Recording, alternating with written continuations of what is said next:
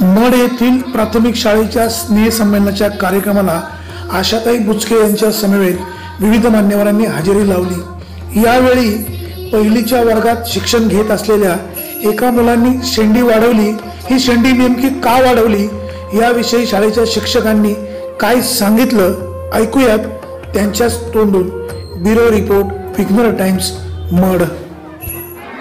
मी सध्या इयत्ता पहिलीचा वर्ग शिक्षक आहे आणि आपल्या गावचे प्रथम नागरिक विद्यमान सरपंच महेंद्रभाऊ सदाकाळ यांचे चिरंजीव आमच्या वर्गात आहेत। मी त्याला विचारलं, बाळा तू शेंडी एवढी मोठी का वाढवलीस रे?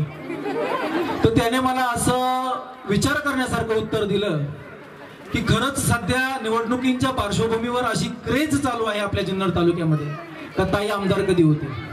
त्याने मला असं उत्तर दिलं की आमच्या आशाताई आमदार झाल्याशिवाय मी शेंडी काढणार नाही। मला प्रश्न पडला का आता साईकाई सरांचं ऐकणार नाही। आपली सर्वांची साथ आहे आणि साथ असेल तर ताई नक्की आमदार होतील। त्यांना आमदारकीसाठी मी शुभेच्छा देतो।